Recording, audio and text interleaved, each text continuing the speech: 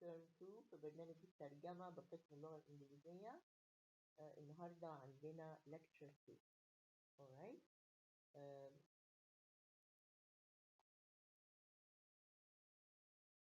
We're going to talk now about sentences with more than one clause. كلمة clause يعني إيه؟ Let me read this first and then we'll explain. A clause is a group of words containing a subject and a verb. يعني ايه؟ انا عندي مجموعة كلمات لازم يكون فيها فاعل وفعل. Many sentences have more than one clause. طبعا يعني في جمل طويلة. I have more than one clause, but each clause has a subject and a verb. You need to know the subject and the verb in every clause. لازم أعرف في كل جملة فين السبجكت وفين الverb. A connector رابط is used to connect two clauses. The connector used depends on the meaning or the relation between the two clauses. الكونكتور اللي بستعمله ده يعني بيختلف، وده بيعتمد على المعنى أو العلاقة اللي بين التو clauses. Number 6 انتوا عارفين يعني there are a number of skills that we do each time we meet. يعني this is skill number 6. In your book you're going to find that this is skill number 6. طيب use coordinate connectors correctly. يعني ايه بقى coordinate connectors؟ انتوا عارفين احنا قلنا every clause has a subject and a verb. And the clause that has a subject and a verb and has a meaning ليها كده معنى لوحدها دي بنقول عليها simple clause أو simple sentence. The connector chosen depends on the relation. بيعتمد على العلاقة between the two clauses. The connector may express addition إضافة, contradiction التعارض أو التضاد, or result أو نتيجة. Before the connector which introduces the second clause a comma is used. بصوا طبعا انتوا عارفين الكوما والفول ستوب وكده. طيب all this is called punctuation. علامات الترقيم. Punctuation in English is very important because sometimes it can change the meaning of sentences or the meaning of a whole passage. طيب تعالوا نبص على الجمل دي. Nadia is cooking and Ahmed is cleaning. طيب أنا عندي Nadia is cooking. Nadia is cooking. This is Nadia subject is cooking verb. Ahmed is cleaning برضو. Ahmed subject and is cleaning is a verb. طيب and you have the connector. Before the connector you have a comma. This is very important. ليه هنا بس بختار and؟ لأن أنا بضيف. نادية بتطبخ وأحمد بينظف. طيب لكن لما أقول نادية is short but أحمد is tall. خدوا بالكم نادية is the subject. is ده إيه؟ الفعل. It's the verb. Short this is the complement of the verb. What completes the verb. اللي بيكمل الفعل. لأن is ده ملهوش معنى. وقلت لكم قبل كده في المحاضرة الأولى إن يعني في الإنجليزي مفيش حاجة اسمها جملة اسمية. يعني ما أعرفش أقول نادية شورت. لا زي ما بنقول يعني أو معنى الجملة دي نادية شورت يعني نادية قصيرة. أحمد طويل. لكن لازم يبقى فيه فعل is واللي جاي بعد verb to be is the complement. The complement دي جاية من كلمة complete اللي بيكمل الفعل. طيب نادية. طيب أنا ليه هنا اخترت but؟ لأن there is contradiction في تعارض. لو كان نادية is short and أحمد is short too هقول and بضيف. لكن هنا لما يبقى في تعارض بستعمل but. نادية is short but أحمد is tall. طيب Nadia must go to the bank or Ahmed will do it. هنا في بديل. نادية هتروح البنك يا إما أحمد هو اللي هيروح. Nadia shouted, so Ahmed left. So دي بتعبر عن إيه؟ This is a result, an effect. بقول so. Nadia shouted, النتيجة دي أحمد left. So أحمد left. طيب. أحمد is upset. زعلان. Yet ومع هذا برضو تعارض. He will come back. طيب. Coordinate connectors are and, but, or, so, and yet. خدوا بالكم ان ال coordinate connectors انا بستعملهم مع ايه؟ بستعملهم to connect two sentences that can stand alone. يعني ايه؟ يعني انا ممكن اقول نادية is cooking, احمد is cleaning. نادية is short, احمد is tall. نادية shouted, احمد left. طيب وبستعمل الرابط ده to connect two simple sentences. كل واحدة منهم لوحدها ممكن يبقى ليها معنى. بقول الكلام ده ليه؟ Because we are going to have clauses that may not have a meaning by themselves. ممكن يبقى عندنا بعد كده clauses هنشوفها دلوقتي مش شرط ان يبقى ليهم معنى لوحدهم. They depend on something else to give them meaning. معلش سي دي المفروض انها later ناقصه اي. طيب عندي then, so, later, next. طيب here I need a connector. Only one of those is a connector اللي هي ايه؟ B. So it rained heavily. So نتيجة the electricity went out. طيب تعالوا بقى نعمل exercise 6 on this skill. Each sentence contains more than one clause. Underline the subject once and the verbs twice. Circle the connector and indicate if the sentence is correct or incorrect. انتوا عارفين في الكتاب يعني you have in each exercise you have 10 items, 10 sentences. But in this televised part we only do 5 sentences. In your book you have the exercises and at the end of every unit you have the answer key اللي بيشرح ليه ده صح وليه ده غلط. طيب تعالوا نشوف أول واحدة. يعني the first 2 sentences are done for you. The application should be filled for all courses and culture مادة الثقافة اللي بتاخدوها is a course. طيب فين السبجكت والverb في الجمل دي؟ طيب the application, that's the subject, should be filled, this is the verb. For all courses لو انتوا فاكرين من المحاضرة الأولى ده اللي قلنا عليهم a prepositional phrases. And culture أنا بضيف أهو I have a coordinate connector and بضيف.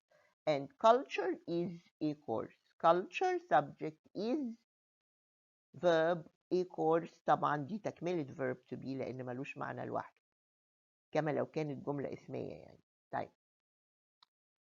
number 2. Dark clouds subject fill the sky. fill هي الفعل. But no rain is expected. ناقص كلمة معلش. But no rain is expected. طيب no rain دي على فكرة هي بحالها كده السبجكت اللي ناقصة كلمة rain هنا. is expected, this is the verb. طيب نشوف نمرة 3. He is trying to buy a car. He subject is trying verb. He is trying to buy a car. He has been looking for one for 3 weeks. أقول إيه؟ الجملة دي صح ولا غلط؟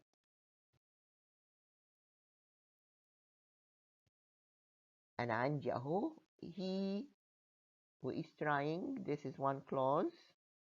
وبعدين he has been looking for one يعني for a car for 3 weeks. الجملة دي ناقصة إيه؟ دي ناقصة connector. فممكن أقول إيه؟ ممكن أقول حاجتين.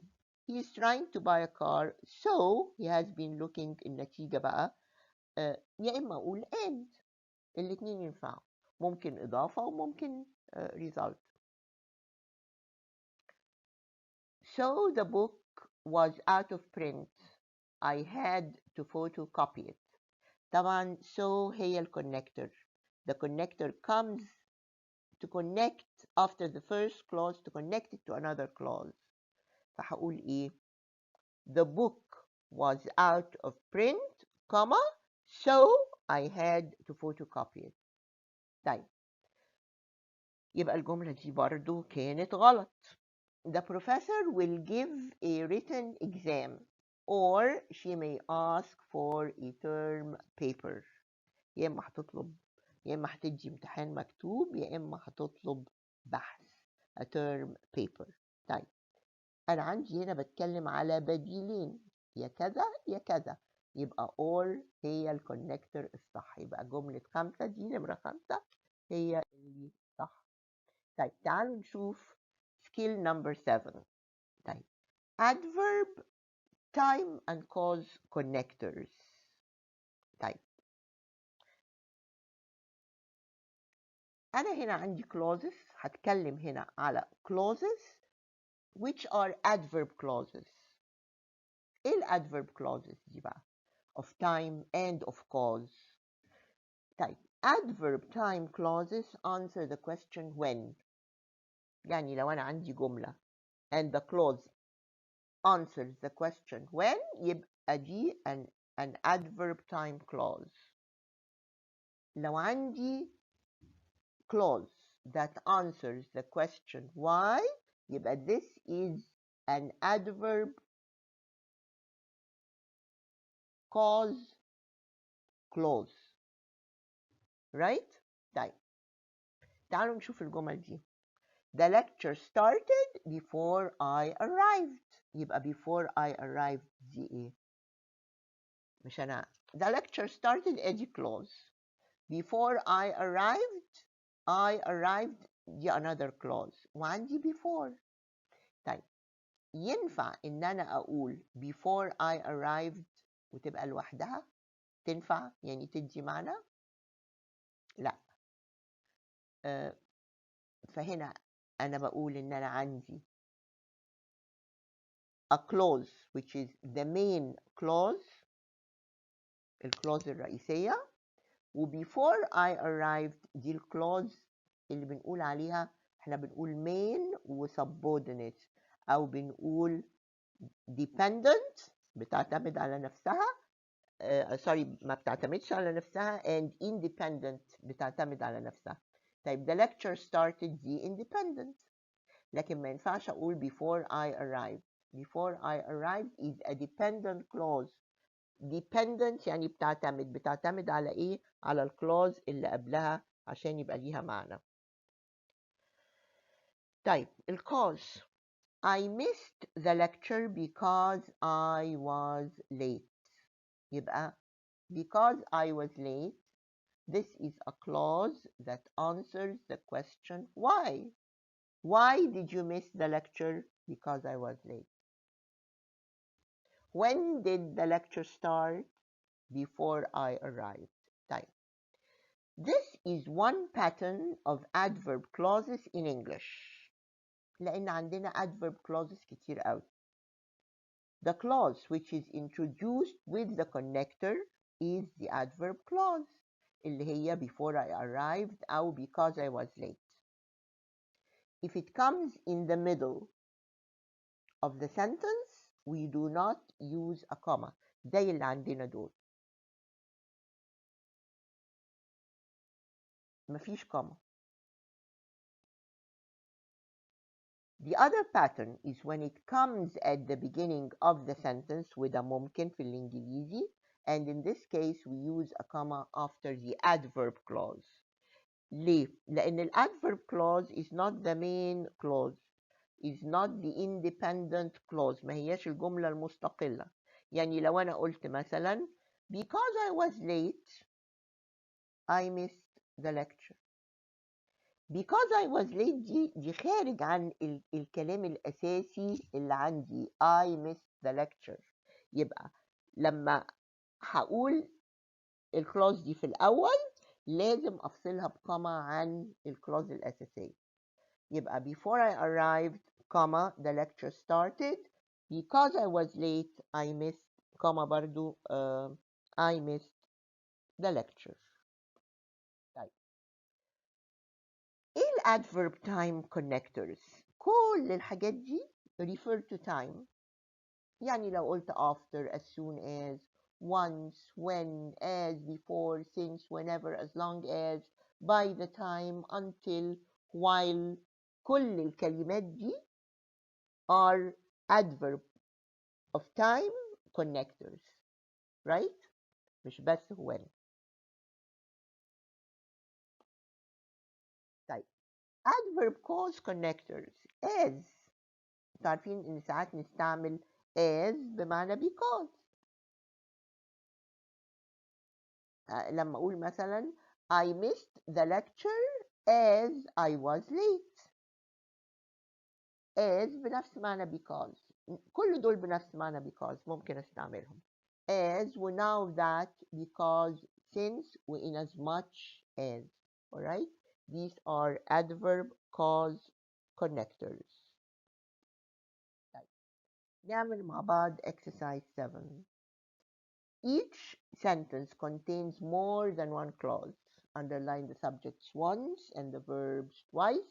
Circle the connectors هنقولها and indicate if the sentence is correct ناقصة is or incorrect. طيب أول واحدة معمولة هي is correct. Since school finished an hour ago. Since هنا بمعنى because. Since school finished an hour ago, comma, children still at school اللي موجودين في المدرسة need to be picked up. لازم حد ياخدهم. طيب ال adverb clause هي ايه؟ Since school finished an hour ago. Because school finished an hour ago. دي جت في الأول الجملة يبقى هيبقى فيه comma. طيب نشوف الجملة اللي بعد كده اللي المفروض إنها غلط أهي. Their families were investigated. اتحقق مع عائلتهم. Before were admitted to the أو investigated هنا يعني مش اتحقق معاهم، يعني حصل بحث عنهم يعني. Their families were investigated before were admitted to their jobs. طيب their families were investigated طبعا ادي it's a clause فيها فاعل وفيها فاعل. طيب before ده الكونكتور were admitted to their jobs. There is something missing here. هما مين دول اللي were admitted؟ أكيد لازم أحط they. Before they were admitted to their jobs قبل ما يدوهم الوظائف بتاعتهم. The soil is prepared. The seeds are thrown.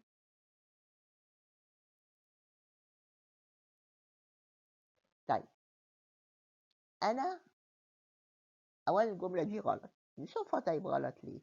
The soil is prepared وعندي كوما. The seeds are thrown بيبذروا الحبوب بتتبذر يعني. طيب ما دام في كوما يبقى الجملة اللي في الأول دي هي إيه؟ أو الكلوز اللي في الأول دي هي إيه؟ The dependent clause. اللي ناقصة إيه؟ اللي ناقصة connector. طيب تفتكروا إيه بقى يعني الكونكتور هيبقى هنا؟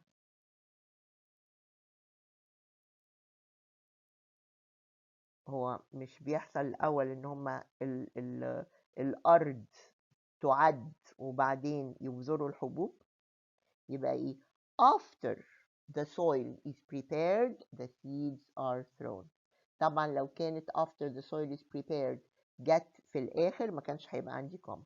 كنت هقول the seeds are thrown after the soil is prepared. طيب. People are becoming more and more alarmed, منزعجين, about robberies whenever, في أي وقت.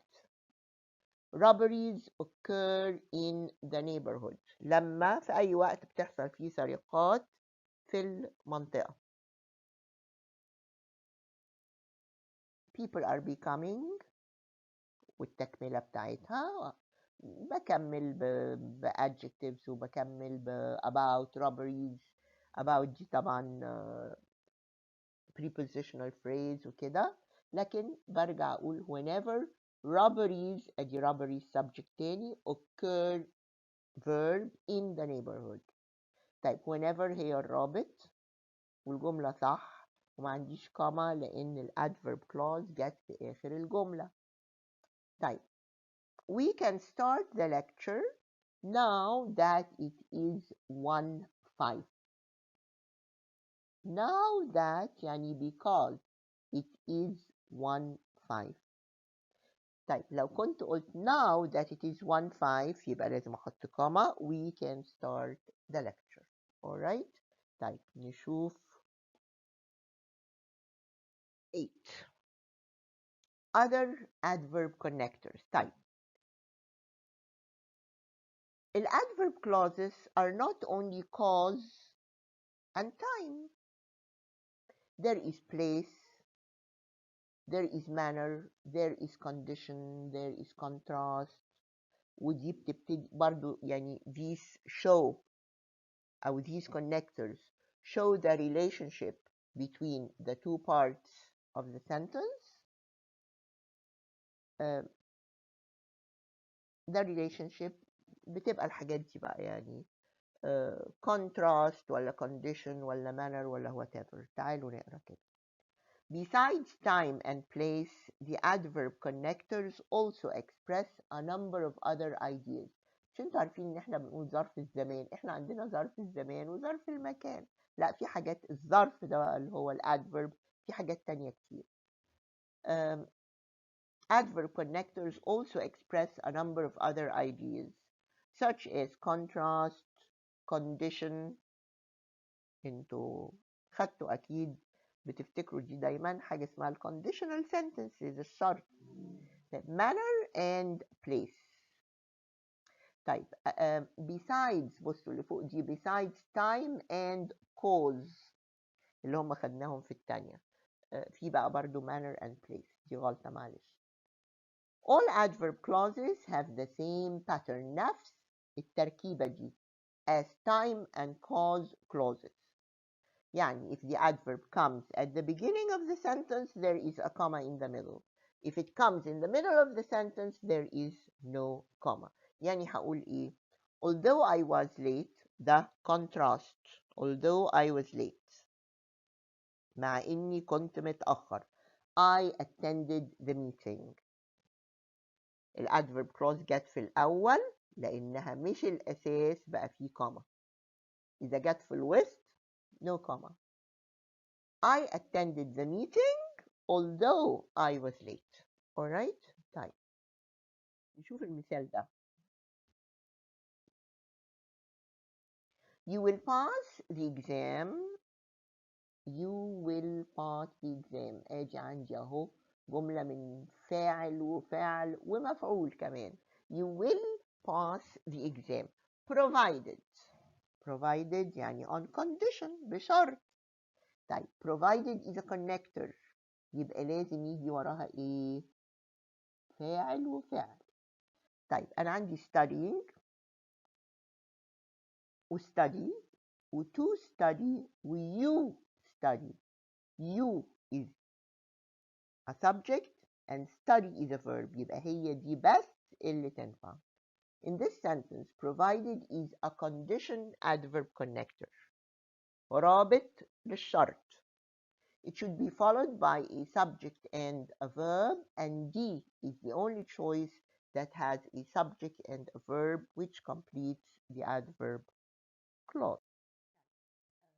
The following chart table كده. طبعا table انتوا عندكم في الكتاب it is a table، لكن هنا it's not a table، يعني it's written in red and that's it. The following chart lists the adverb connectors of condition, contrast, manner, and place. Remember that the adverb clause is separated by a comma if it comes at the beginning, and a comma is not used if it comes in the middle. With contrast sentences، لكن مع ال contrast sentences يعني لما أقول although أو حاجات تانية، with contrast sentences a comma is used in both patterns. سواء ال adverb clause of contrast جت في أول جملة أو في الوسط there is always a comma.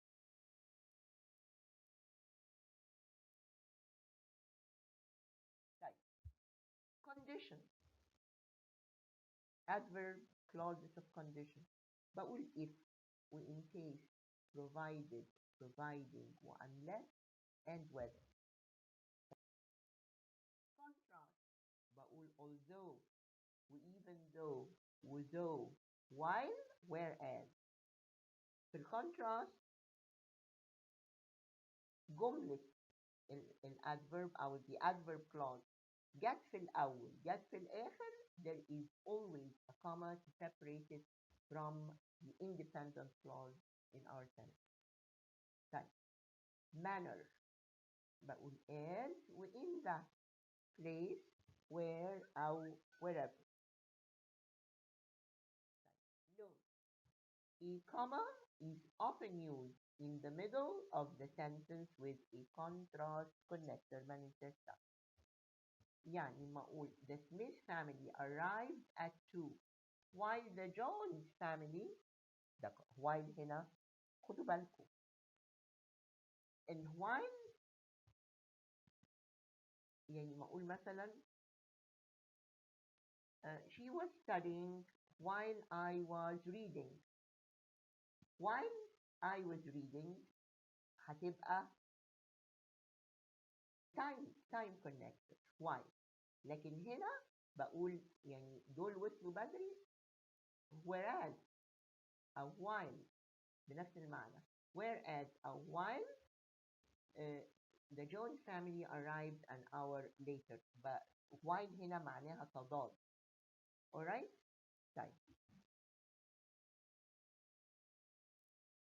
نعمل exercise 8 مع بعض. Each of the following sentences contains more than one clause.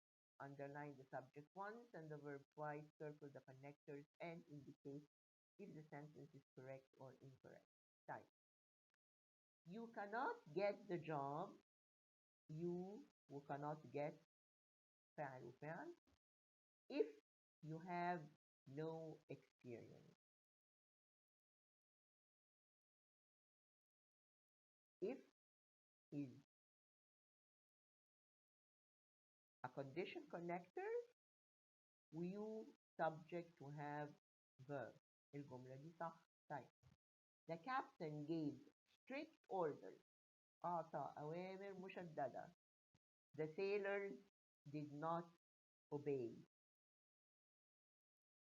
طبعا الجملة دي مفيش فيها connect.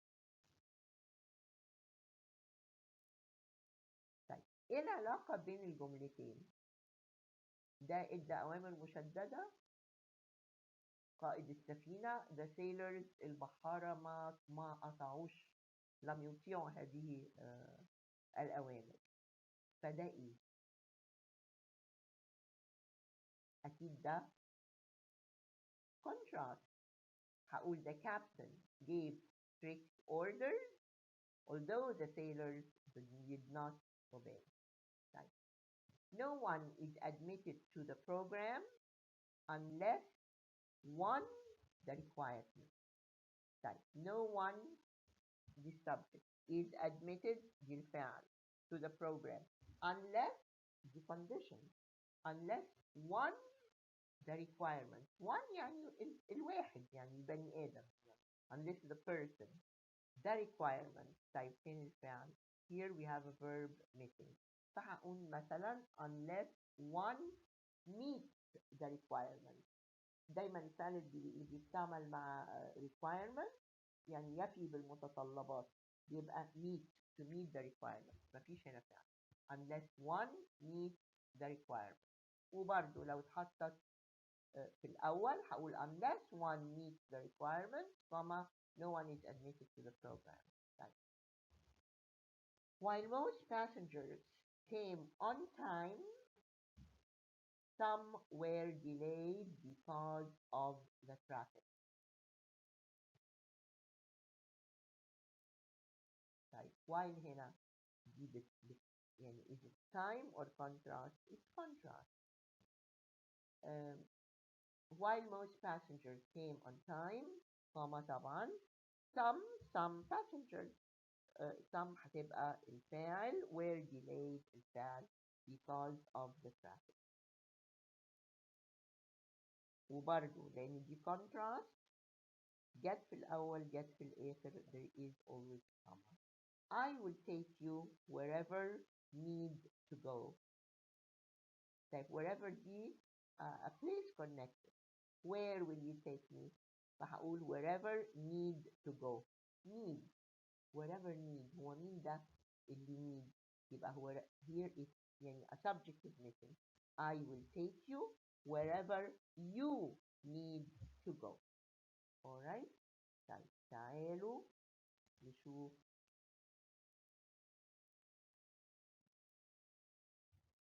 السلايد اللي جاية.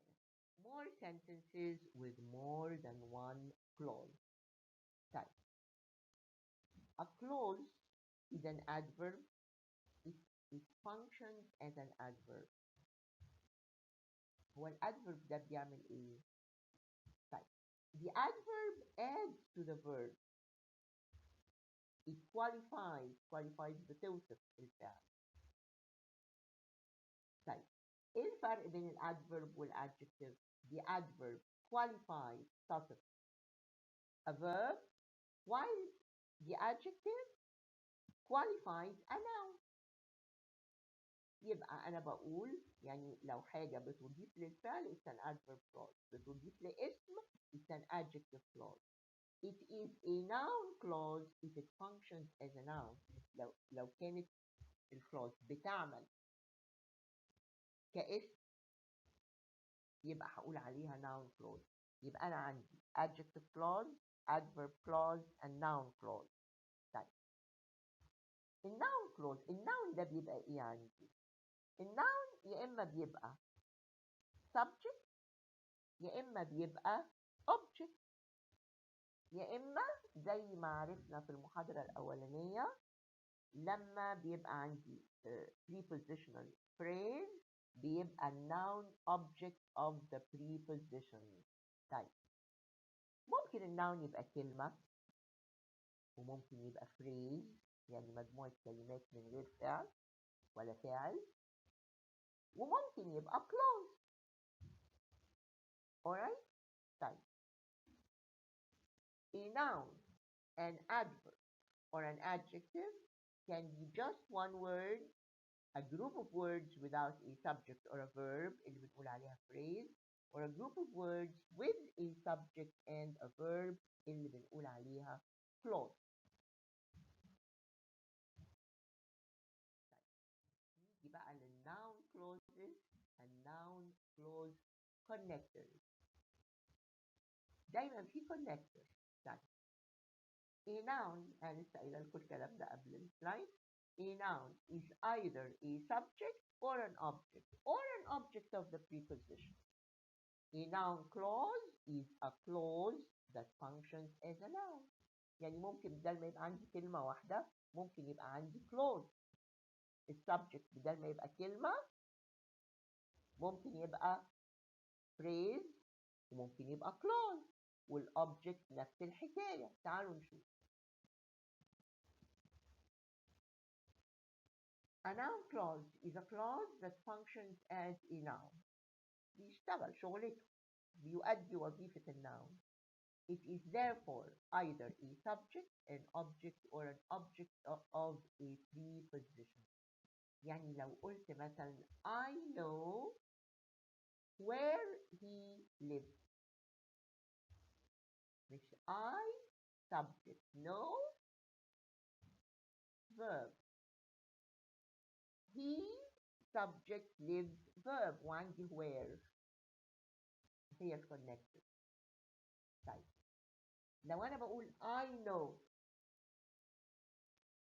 افرضوا ان انا بقول I know دي address، مش دي address دي هتبقى العنوان، مش دي address دي هتبقى object. طيب بدال الأوبجكت اللي هو كلمة واحدة أنا قلت I know where he lives، يبقى where he lives دي على بعضها this is an object right. فلأنها clause هقول it's a noun clause object. I am not concerned مش مهتمة about where he lives. طيب مش about دي is a preposition، يبقى where he lives.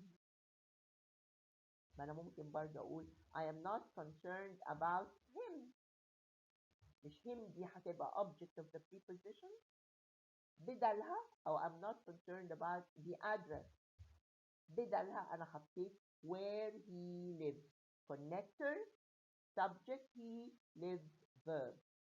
يبقى where he lives the noun clause and it is the object of the preposition.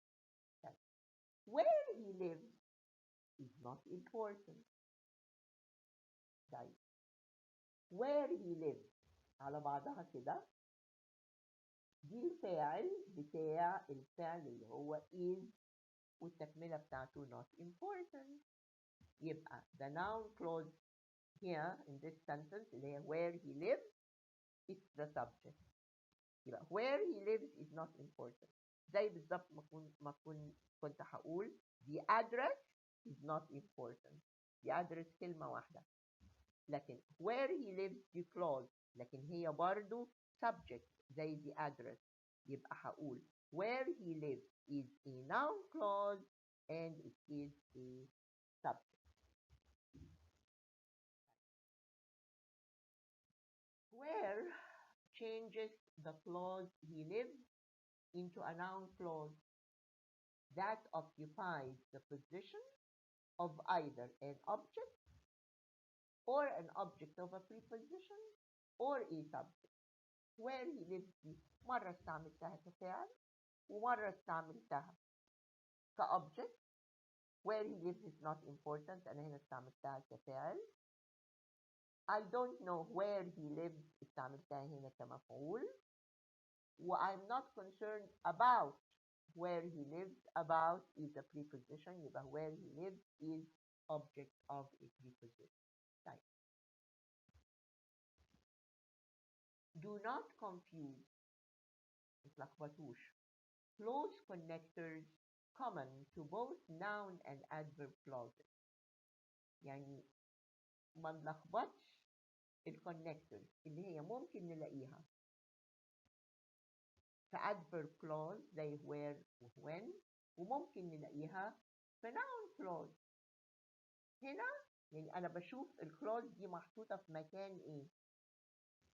لأن ممكن برضو نفس الكلمات دول where و when ممكن استعملهم في adjective clauses وهنشوف لما نتكلم عن adjective clauses. يعني لو أنا بقول مثلا this is the house where he lives. طيب مش where he lives دي بتوصف كلمة house اللي هي noun يبقى هقول it's an adjective clause. أنا بشوف الوظيفة اللي بتؤديها الكلوز دي. إذا كانت noun هتبقى noun، إذا كانت adjective هتبقى adjective، إذا كانت adverb هتبقى adverb. طيب always consider the position of the clause. اخد بالي من مكان الكلوز whether it occupies the position of a noun in the sentence or the position of an adverb adding to or qualifying the verb. لأن يعني the adverb adds to or qualifies the verb أو إذا كانت noun. طيب إيه بقى noun clause connectors؟ اللي هي what when where كل دي connectors. why how whatever whenever whether if وذات. طيب noun clause as object. لما هقول I know subject and verb. What you did. What is the noun connector? You subject, this verb. طيب. Noun clause as subject. What you did was wrong. Alright? يبقى what you did this subject بتاعت was wrong. و I know الobject بتاعها what you did. Alright? طيب. نعمل مع بعض exercise 9. برضو هنعمل نفس الحكاية. Underline the subject and the verb. طيب. When the election starts depends on security measures. when يعني موعد امتى الانتخابات تبتدي بيعتمد على الإجراءات الأمنية. right? يبقى when the election starts ادي the election فاعل والstart فاعل. كل دول بقى الفاعل بتاع الفعل ده اللي هو depends on security measures. فالجملة دي صح. The book how sentences are structured. The book فين الفعل؟ We don't have a verb. ممكن أقول the book explains فهيبقى عندي the book ها و explains فعل و how sentences are structured. Sentences are structured ادي فعل وفعل. How sentences are structured هتبقى المفعول بتاعها. يعني هيبقى عندي هنا noun clause object. طبعا في الكتاب انتوا عندكم الحاجات دي مشروحة في الكي في الكي answer. The captain will decide. The captain اهو الفاعل will decide هيقرر if the player is included in the team. إذا كان اللاعب ده هيضموه للفريق. طيب مش أنا هنا بقول what will the captain decide؟ يبقى الإجابة هتبقى إيه؟ object مفهوم. The captain will decide فعل وفعل اهو if the player is included in the team. دي الobject اللي هو هنا بدل ما يبقى كلمة ولا phrase ولا بتاع هو هنا clause. It's the correct sentence. She refused to submit تقدم a complaint شكوى could not be understood by her boss.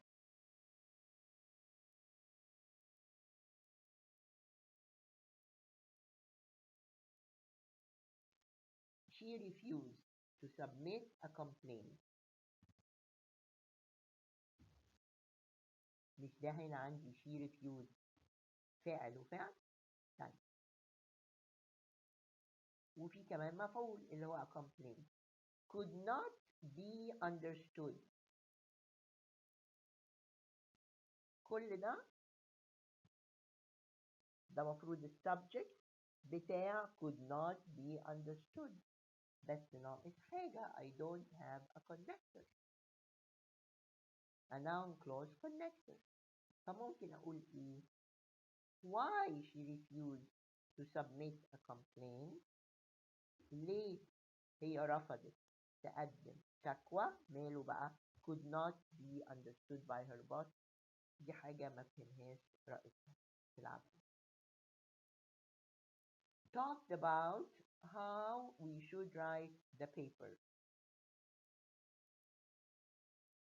طيب أنا عندي about وجاي بعديها how we should write the paper.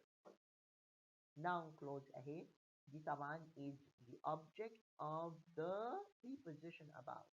لكن أنا عندي talk ما فيش معاها subject. فممكن أقول إيه he talked about how we should write the paper. alright he subject talk verb about preposition والclause اللي جايه دي الnoun clause اللي جايه دي كلها is the object of the preposition. طيب نشوف آخر حاجة في الإكسرسايز أو آخر حاجة في الموضوع ده. A noun clause connector can be a subject. يعني إيه بقى؟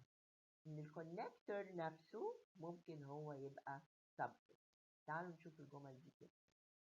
طيب a noun clause connector can also be the subject in the noun clause. يعني لما أقول مثلا I know what happened. I know subject verb. What happened برضه subject verb. What هنا اللي هي connector. It's a connector and a subject. I know what happened. طيب I care about what happened.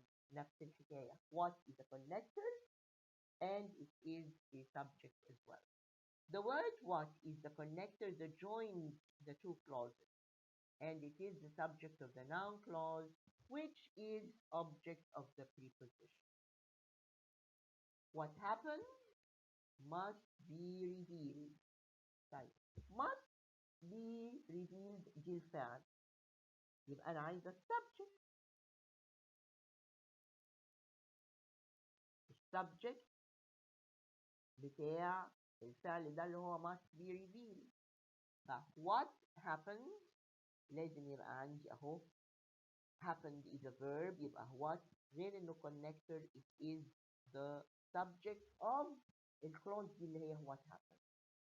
What is the subject of the noun clause, which is the subject of the verb. يعني what happened دي clause, it is the subject of the verb must be read. طيب نعمل exercise 10. Each sentence contains more than one clause. Underline the subject once and the verb. يعني هنحللها زي ما بنحللها كده. وindicate if the sentences are correct or incorrect. The job applicant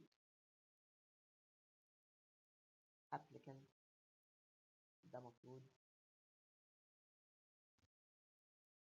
الفاعل subject was able to reply to whatever was asked. To reply to whatever was asked. يجاوب على whatever was asked. طيب whatever is subject and connector and was asked is the verb. وكلها الclause دي whatever was asked the object of the preposition to. She should find out what the cheapest laptop is. What the cheapest laptop. مش دي كلها يعني what هنا هي السبجكت. طب فين الفعل؟ ممكن أقول مثلا she should find out what the cheapest laptop is. إيه أرخص لابتوب؟ فطبعا الجملة غلط لأن مش ناقصة الnoun clause what the cheapest laptop إيه ناقصة فعل. The students were upset about. طيب the students were upset أهي خلاص فعل وفعل. About the preposition. About what was added to the exam. طيب what was added ادي what هي connector و subject was added الفعل to the exam to preposition the exam object of the preposition. يبقى الجملة دي صح. whoever wants to go on the trip يبقى whoever هي subject وال connector. wants to go هي الفعل. on the trip دي prepositional phrase كده. during the weekend برضو during the preposition the weekend object of the preposition. paying at the office. paying دي ما هياش فعل whoever wants to go on the trip during the weekend paying at the office. لازم أقول إيه؟ should pay at the office. فعلا تبقى should pay at the office. Alright? طيب. The lady was unable to know. The lady was unable to know. طيب تعرف إيه بقى؟ Who she had stolen her money. Who she had stolen ولا who had stolen her money؟ لأن who هنا هي السبجكت. The lady was unable to know مين اللي سرق فلوسها. She was unable to know who had stolen her money. Who subject and connector. Had stolen verb. Her money object. لكن she دي ملهاش لزوم هنا ملهاش معنى كمان. Who هي السبجect. Alright? طيب. This is the end of lecture 2. Grammar 1. Thank you very much and we meet next time.